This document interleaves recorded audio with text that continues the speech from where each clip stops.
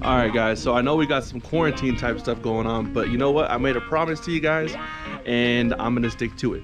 So we're gonna film another video for you, but we're gonna make sure that we're not around more than 10 folks because apparently that's the real thing going on. So let's get it.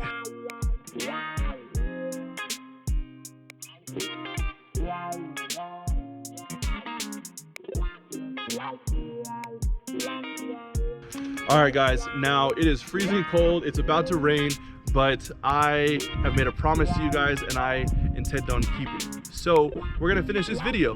Now today we're gonna talk about fitness in the military. I had a conversation last week with a couple coworkers about what sort of standards I had to uphold and what type of requirements I had as far as my fitness and my overall health while I was in the military.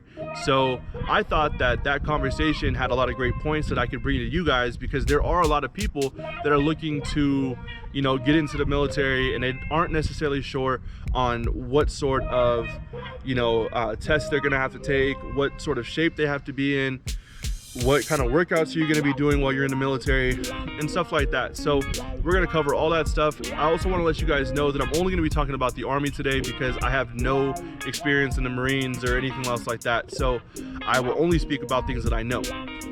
Now, as far as fitness in the military, when you initially join, you will find out very quickly that they do take that very, very serious.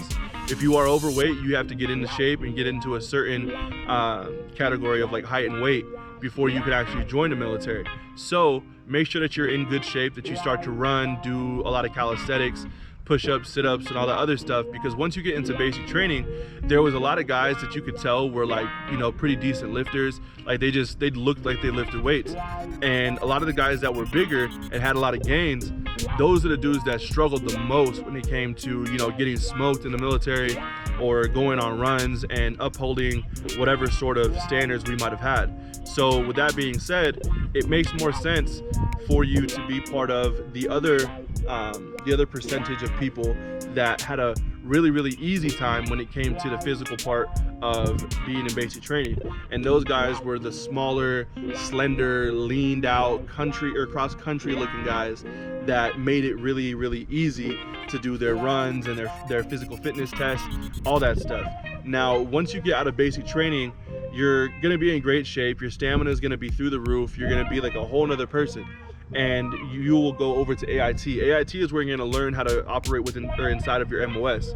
And your MOS is basically your career that you chose while you're in the military. And you will have to continue to wake up in the morning and do PT. I believe when I was in, we had to report out information.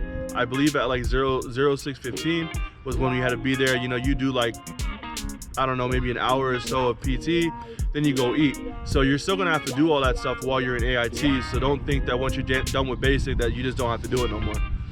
Now, once you get out of AIT and you go into real Army, it's game time. You're finally, exactly where you wanted to be, where you've worked to get to, and you got that uniform on, you got your rank on, you're good. Well, you're still gonna have to do PT. You're gonna have to continue to do it. You will do it every single day. And guess what? One part that I wanted to talk about is that if you guys get overweight, because a lot of people do, after basic training at AIT, they think, oh, well now I'm a regular Army, there's nobody saying I can't smoke or dip or drink or, go eat 20 plates at the DFAC. So people start to get fat, they start to get overweight.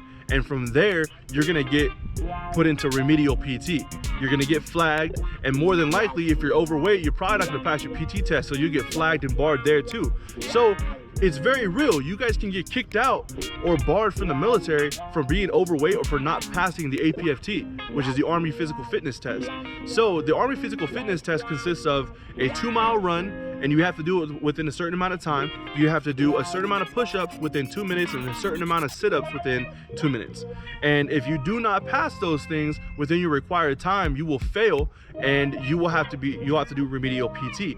Now, remedial PT is when you basically do PT in the morning with everybody else, your entire company or unit, and then after work, you still have to report and go do PT again. And I've been there. Like, when I was in Korea, I gained a whole bunch of weight.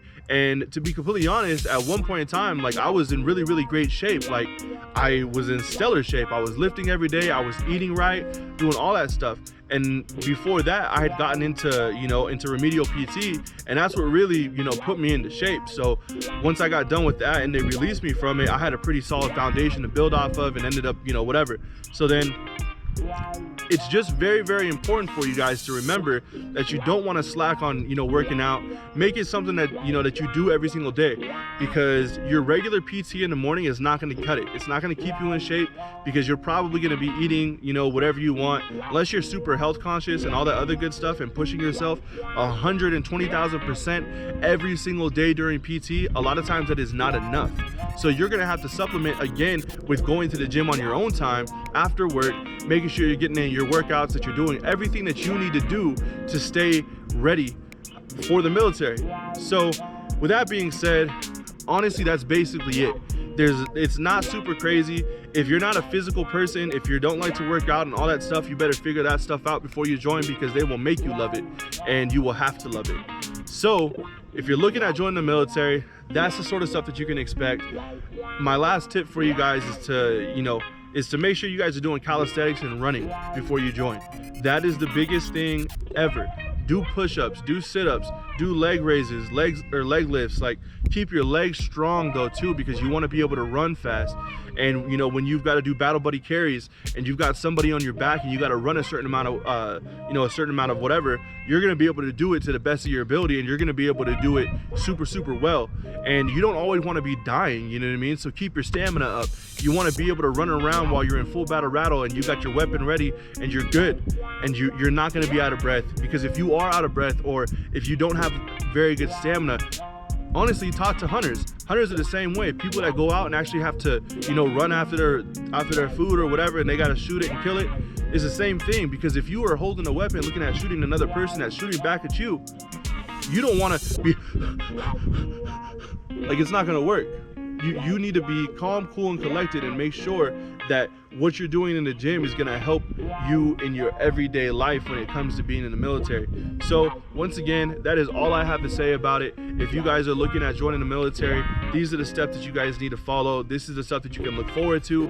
And always remember, guys, that it is all love. So if you guys like this video, please give it a like. If you guys want to see more content from me in the future, then please feel free to hit the subscription button.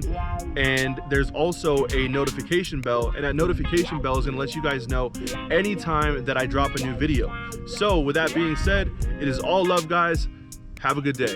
Bye-bye.